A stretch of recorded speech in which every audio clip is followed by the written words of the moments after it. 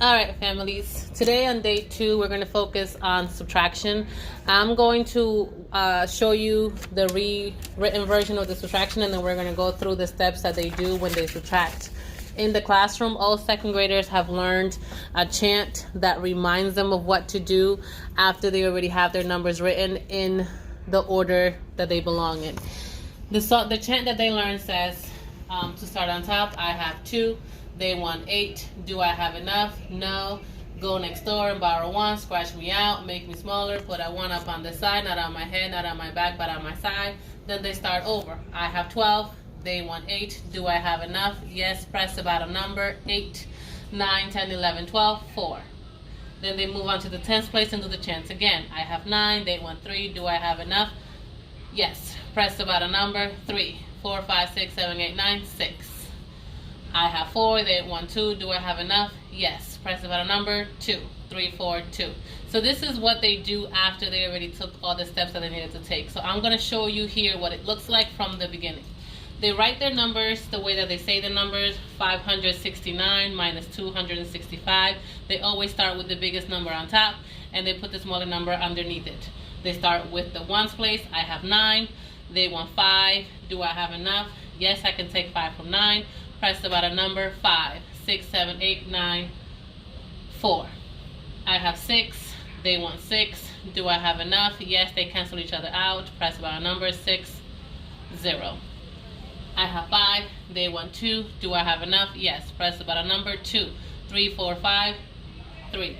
304 is the answer for this problem. In this, I'm going to show you this one because this one they need to borrow. So it starts with I have 3. They want 4. Do I have enough? No. Go next door and borrow 1. Scratch me out. Make me smaller. Put a 1 up on my side, not on my head, not on my back, but on my side. I have 13. They want 4. Do I have enough? Yes. Press the bottom number. 4, 5, 6, 7, 8, 9, 10, 11, 12, 13, 9. I have 8. They want 6. Do I have enough? Yes. Press the bottom number. 6, 7, 8, 2. I have 7. They want 2. Do I have enough? Yes. Press the bottom number. 2, 3, 4, 5, 6, 7, 5. 529. They've also learned to take away from double zeros if they have to take away from only hundreds. In this case, they go, I have 0. They want 7. Do I have enough? No. Go next door. Wait. I can't. So I have to go next door. Borrow 1. Scratch me out. Make me smaller. Put a 1 up on the side, not on my head, not on my back, but on my side.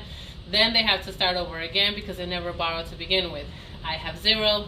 They want 7. Do I have enough? No. Go next door and borrow 1. Oh, now I can. Scratch me out. Make me smaller. Put a 1 on my side, not on my head, not on my back, but on my side. I have 10. They want 7. Do I have enough? Yes. Press the bottom number. 7, 8, 9, 10. I have 9. They want 9. Do I have enough? Yes. Press the bottom number. 9. And then 0. So the answer here was 3. As your child is working through these problems, just encourage them to always begin in the ones place. The most important thing that they need to ask themselves is, do I have enough?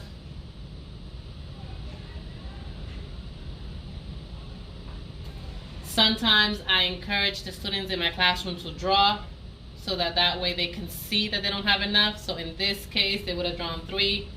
And they noticed that they couldn't take away 4, so they knew they had to go next door. I also encourage them to use their fingers to show the number to see if they have enough, so that way they know if I don't have enough, I need to go and borrow.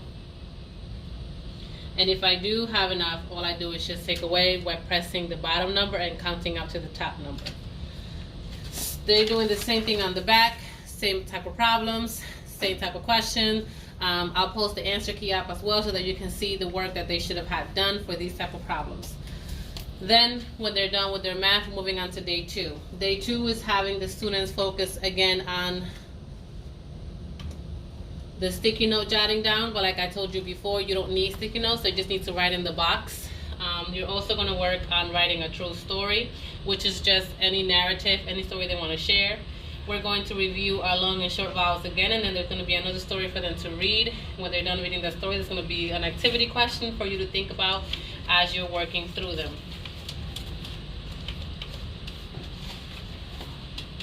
So the next day, they start off with this type of writing, where they're going to write a long narrative, a story, any story that they want to write. They learn that if they want to make it a fairy tale, they begin with Once Upon a Time. If they want to write about themselves, then they can say a long time ago,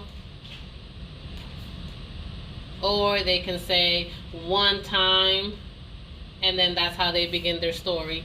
The boxes are there for them to draw a quick picture of what they wrote on the lines. When you are done with your narrative, you're going to have a worksheet that looks just like the one in the front, but this time you have two different vowels you're going to focus on. You're going to focus on the long E vowel and the short E vowel. And so while they're doing the work, they're going to read T. They're going to segment the sounds T, E, and then they're going to focus on what makes the E sound, circle it, and then they're going to ask themselves, does the EA and T say E, or does it say eh? When they hear it, they'll write it down. And that is the work that they're doing for this page. Once they're done, you're going to read a story called Lee Tells Silly Tales. Encourage your child to take the time reading the story one time. If your child made more than 5 errors as they read the story, then you need to read it again for fluency purposes. When they're done, you have an activity at the bottom.